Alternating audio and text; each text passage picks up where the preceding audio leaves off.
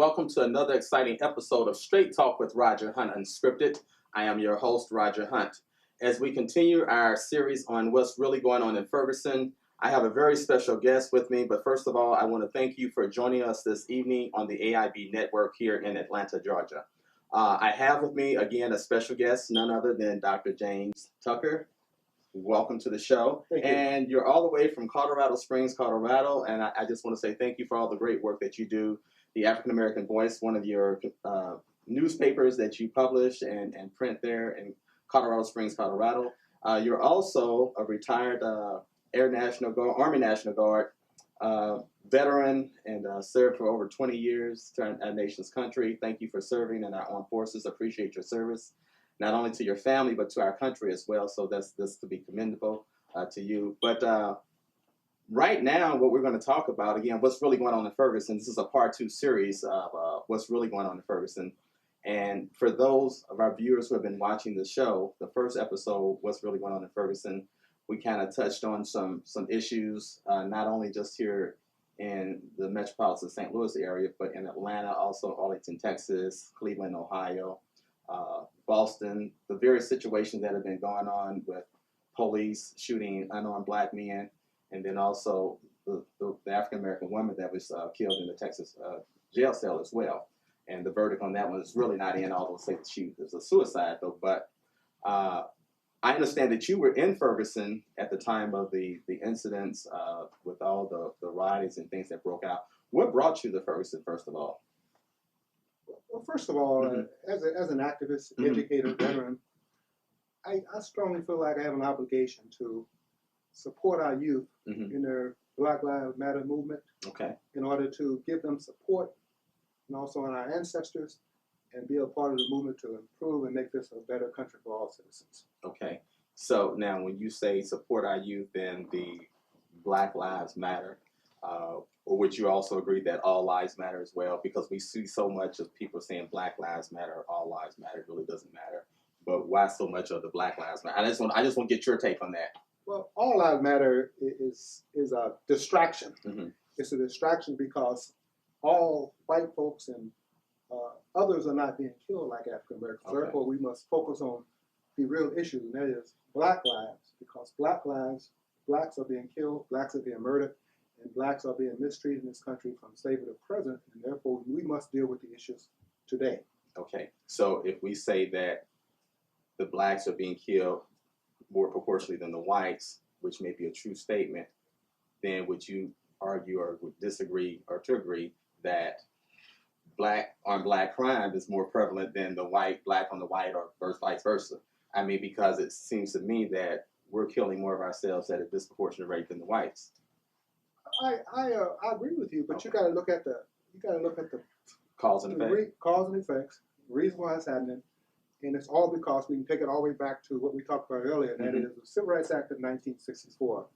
Our ancestors fought and died to get that, Civil Rights Act of 1964 passed, Title VI of the Civil Rights Act, and as a result of that, we're dealing with the Justice Department, EEOC, all those government agencies are not obeying the law, nor they following the law. They're all guilty of failing to recognize and respect Black rights in this country.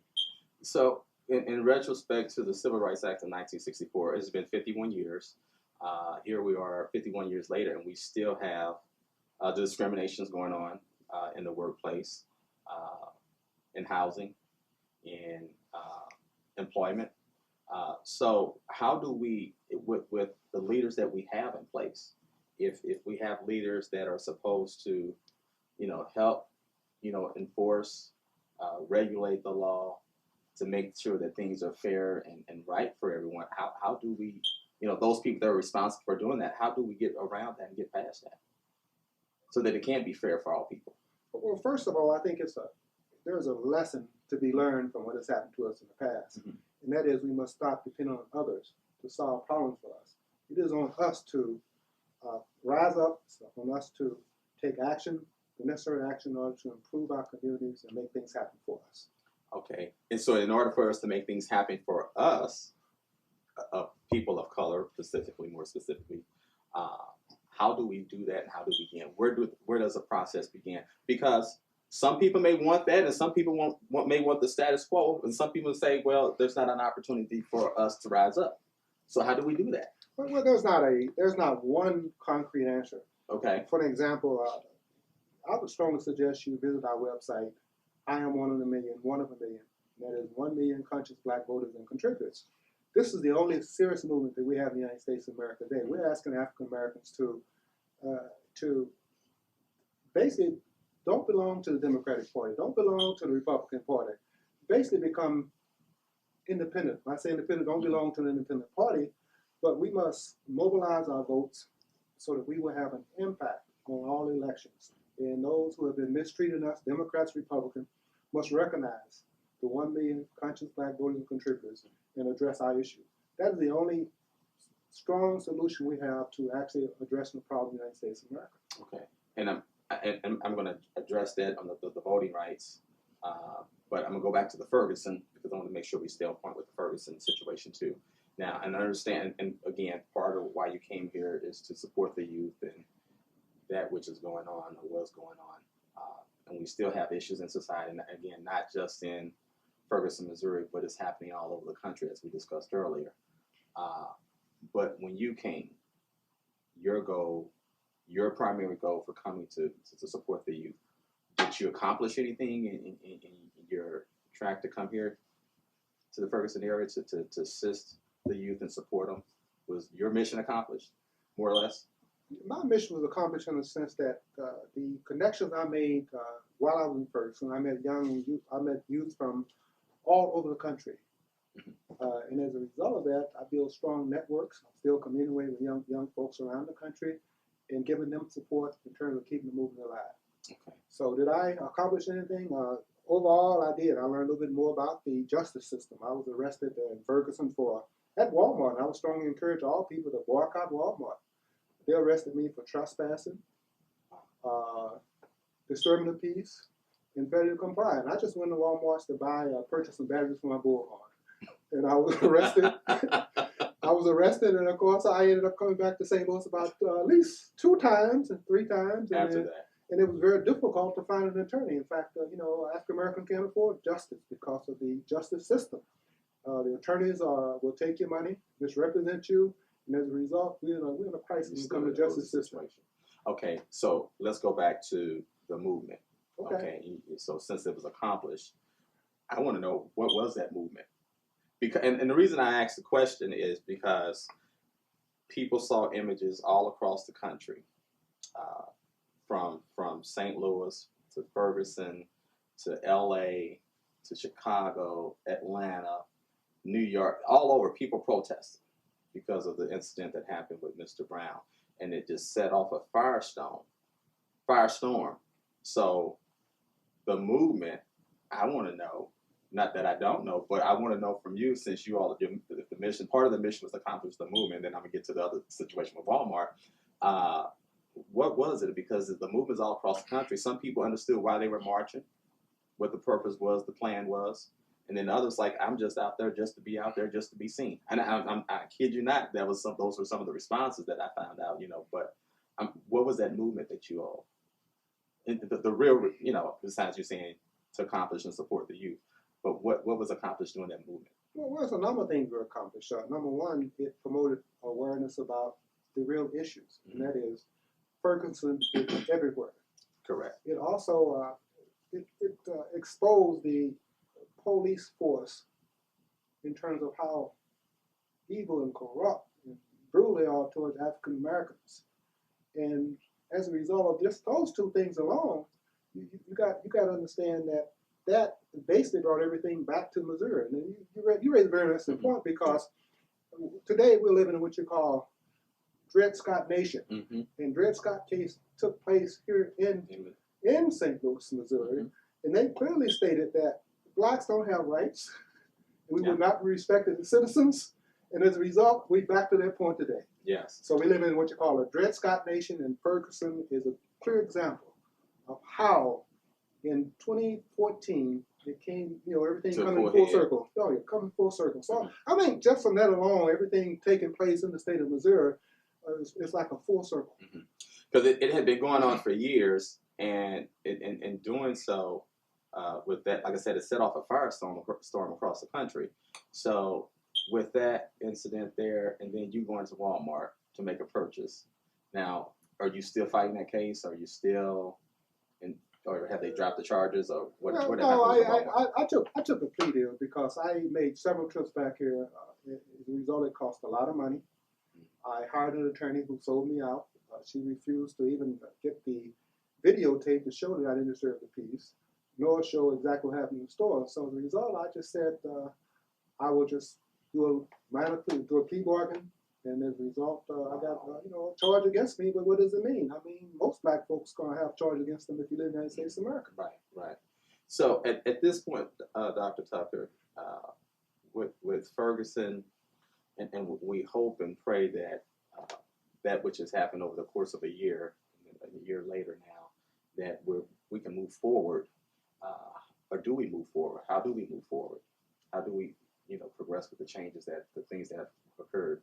And as we know, requests for body cams on many police departments across the country, fairness, the DOJ report that came out, like you said, has cited a lot of unfair practices, not just in Ferguson, Missouri, St. Louis County, St. Louis City, and if I was to suspect and guess, a lot of municipalities around the country probably have some of those similar instances where some of the same practices have been occurring across the country. But again, as you said, the catalyst came when Ferguson happened, and I'm sure a lot of other police departments across the country started looking within themselves to kind of see, what type of practices was really going on. So how do we go forward? How do we make the progress of change as a people of color, number one, and then as a people of a nation that's been so badly, you know, scarred by the racism issue, because it is a race. It's evident that it's a race issue. So how do we move forward with that? People of color, number one, and then as a nation of all people. Well, I'm gonna be honest with you. There's not one clear-cut answer Sure. to the question you just asked, but I would strongly suggest three things. Number one, I would suggest that we become more spiritual. We turn to God for assistance and help in terms of our movement. Secondly, I would strongly suggest that we build strong relationships in the community, work closer together in order for us to build strong communities. And thirdly, I would suggest that we focus on family. We've got to bring our families together and work together to educate and teach our young people how to deal with this system that has been mistreating us for so long. So we must educate our own people, and we must focus on, once again, we must focus on God, relationships in the community, and family. I would suggest those three things. I think, and a lot of that could come directly out of the church, but we have so many, and I'm not pointing the finger Right. at pastors or preachers, but we have so many preachers and pastors that are misrepresenting the cause, and we have to identify those individuals who are concerned and serious about our communities. Okay. To touch on the community, we may touch back on the spirituality side of it, and I think that is a key though. But on the community, people coming together, back in the day, there was the strong community upbringing of raising families. It didn't matter that you stayed 3-4 blocks away, but it was a community of people that cared for one another. Didn't matter where you came from. That everybody looked out for each other. I think in today's world and society, in regards to where we at, the separation of even community to the point that I don't want to talk to that neighbor over there. That neighbor's not going to talk to me. You mind your business, I mind my business. It's kind of that we've segregated ourselves even within our own community until a tragedy happens. And I think sometimes that's a sad state of affairs because we don't get involved with one another. I'm not going to see about my neighbor unless I have to, but other than that, or heaven forbid an incident happens, maybe a house catches on fire, heaven forbid that though, and then we check on it. But other than that, people tend to stay to themselves now. They don't want to get involved. Well, you just raised a very interesting point because that's one thing happened as a result of Ferguson and Ferguson everywhere. We have African American now who are talking, they're meeting on a regular basis. They're talking about the issues, and they're trying to find ways to deal with the issues in the community. I mean, I've seen that happen not only in Colorado Springs, Denver, St. Louis. And I travel extensive sometimes, and I've seen that where Black folks are a little bit more aware, and they actually begin to get more involved in their communities, and that's one of the keys for us to uplift the community and make things better. So that's what you just mentioned. Right. Is something that positive came out of the movement. Well, that's okay. That's a good one. And the third one was Family and family. family. The family. Okay, and that's one with. It's such a key component of the upbringing of not only especially our men. So many of our Black men are missing from the family, missing in action, in prison, dead. So if we're going to have a family, however you constitute a family, and again, a lot of our kids are fatherless. They don't have the fathers, or they may be a one-parent home. So how do we make that work? Well, I think it can, there's not one concrete answer. Right. But I strongly believe when God is involved, I believe when spiritual leaders are involved, those that are genuine involved, I believe that we can reach out to the community and start working with the community and make a difference. But most importantly, you talk, how can we we must stop allowing other people to define us and select our leaders. We must define our leaders, support our leaders, and move forward from that. Then you also have to hold our leaders accountable. Yes, that's true. Hold them accountable. Dr. Tucker, I want to thank you so much for being on Straight Talk with Roger Hunt Unscripted. It's a pleasure to have you here. Definitely, we're going to put information up on our site, and then also we'll list at the end of the show some information about your newspaper and everything. People can get in touch with you if they want to get involved with your move, your cause, and everything. Donate and everything. We'll definitely do that for you. Okay. But it's been my pleasure as well. Thank you so much. Thank Appreciate you. it. You've been watching Straight Talk with Roger Hunt Unscripted. We thank you for watching, and we will have another very exciting episode coming up next week. Until then, you take care of yourselves and of each other. God bless. With me at this point of the interview process is none other than the lovely, talented Miss Nicole Lockley. Hello. Welcome to the show. Thank you. She is the writer, producer, and also I can say co-director and talented actress as well, because you kind of did some everything with this production. Great job in writing the script and everything. And again, it's a pleasure to have you on. And the thought process that you went through in writing this, as you were writing and thinking about what's going on in society today, what was your thoughts? To be honest with you, I originally wanted to put something down on paper to give other actors an opportunity. I'm an actor first. Writing is my passion. I went to school for journalism and all that, so I can write. But the original was just, let me write something to give actors an opportunity. And just everything that was going on, it just kind of came to me to write this. And it was important for it to be said. To be honest with you, a lot of the time when I was writing, I don't even remember writing it. Wow. And I really feel like it was a message that was given to me because after the fact, and even after I had the actors read the scripts at our table read, I didn't remember writing any of it, to be honest with you.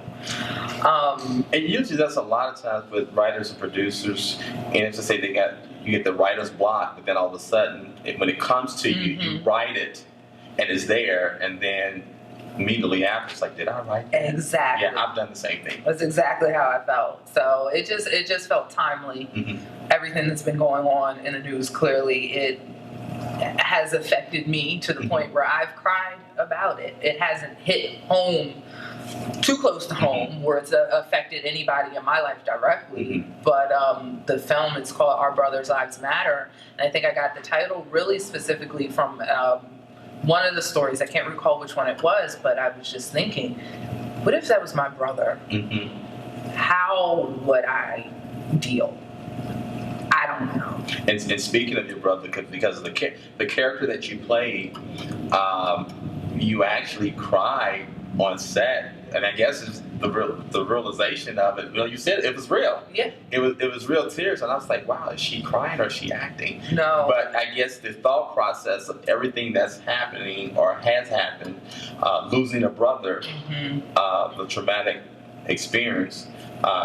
Because I was like really amazed when I saw that, and we're going to show that as well. Okay. But still, yet the importance of the behind the scenes of really hitting home as to this could happen to me, or it may already happen to a lot of our viewers 100%. out here already. And as you said, how do we deal with it? You know, when it hits home. Exactly. You know, so for you as a writer, what message was behind this? The whole purpose of it and the message was to really let's have a conversation. The documentary, the movie in itself, it wasn't action-packed. I could have written something where we followed a guy in the day that he was murdered by police. I could have followed the life of anybody. But it was a documentary sitting down with members in the African-American community to get their views and opinions. And that was the point of it. So we can hear our views and opinions and have this conversation, not just with our sister, not just with our best friend behind closed doors, not with just our mom and our dads behind closed doors. We need to have this conversation out in public.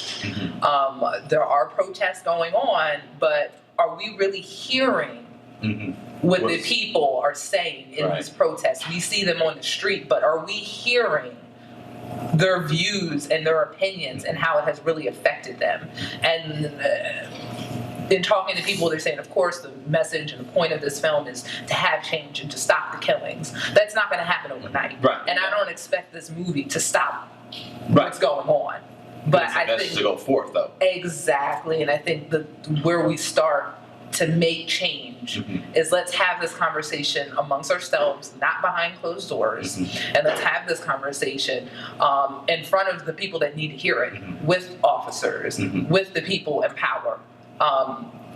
Just so they can hear us, not necessarily demanding, I need you to do this, I need you to do that. I need you to hear me. Right. And I think that's where change can come if we can hear each other. And I think what I really loved about your project is because one of the things that I was, you know, what's really going on in Ferguson, the documentary that we aired last week, and then with this episode of Our Brothers' Lives Matter, the two that are very befitting. And I think one of the things that you mentioned during the viewing of trying to get, you know, law enforcement involved and some civic leaders, and it's the same thing on the Ferguson documentary.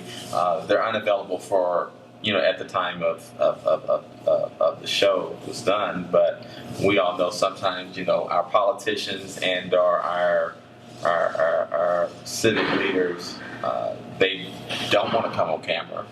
Understandable. Some will, and then some won't. It's just depending on time. Some will say the scheduling, all of that, though. But at the same time, this documentary here, again, with what you've done here in the Atlanta metropolitan area, I think it's commendable, to say the least. And then to pull a group of people together to share some real life stories as well. Fictional and non-fictional, but yet again, the point that we're driving home that this could happen to you, and it still can happen to you. Just because we see it today or it happened yesterday doesn't mean it's not going to happen tomorrow. The key is how do we make a difference and make a change? We need to have that relationship with the people in law enforcement and the people in power. And like you said, some people had excuses where they couldn't come. I had 2 out of I don't know how many people I invited in council and police in this area respond and say they couldn't make it because of I've got this engagement or this is going on in the area, which I understand. But out of all the people that I emailed, only 2 people responded with the regrets and sending their support. But nobody came. Nobody else came. But Anthony, you spoke with him earlier. He brought up an amazing point after the filming, and he said, maybe take it to them. I couldn't get them to come here, and I think that is an amazing point, and that's what I plan on doing. I'm going to take it to them. We have to go to them. And that's exactly what I'm going to do. I'm going to set up a time and they are going to see my face. And like I said, we just need to have this communication. And even still, like I said, just this film, it's so many aspects of it that were important to me. My brother, one of the characters in the film, was going into the police force. My brother is currently going into the police force. And his life matters in regards to being a black male. And I fear for him when he goes out with his friends. But now I have to fear that he's going to be a police officer. So there's another added fear. And there's some people that are now taking this Black Lives Matter too far and now are killing the police. Right. That's not the answer. Right. And I don't need somebody to kill my brother as a police officer because they're mad that other black males are being killed. So now you got the other side of the issue spectrum now. Not only are law enforcement, those that are trying to protect and truly serve Exactly. are being now victims and targets of retaliation in some sense. So, yeah, so because again, we have good cops and bad cops, we have good people, we have bad people. Yes. You know, and yes, while it's true enough that we need to let the system deal with those individuals collectively, you know, as they do, we need not target our law-abiding citizens. We need not target law enforcement either. Exactly. You know, but to allow them to do their jobs and then allow the people to be people and citizens of this country. So what's next for Nicole Lockley? Nicole Lockley. No, I'm kidding. Like I said, I act. So I'm involved in 2 plays right now that are going to be showing in Atlanta. And I have another web series that I've written. Okay. Some things have come up where I'm going to have to push that off for the filming, but I've got another short film written that deals with the idea of abortion. Okay. And I've got another short film or web series in the works that I'm writing on that's a little bit more lighthearted and fun, which I look forward to. So yeah, so you'll be seeing me hopefully. Well, we hope so too. Yes. We hope so too, definitely. Well, Nicole, it's been a pleasure to be here with you at your premiere viewing of Our Brothers' Lives Matter. I want to thank you so much. Great job on the documentary.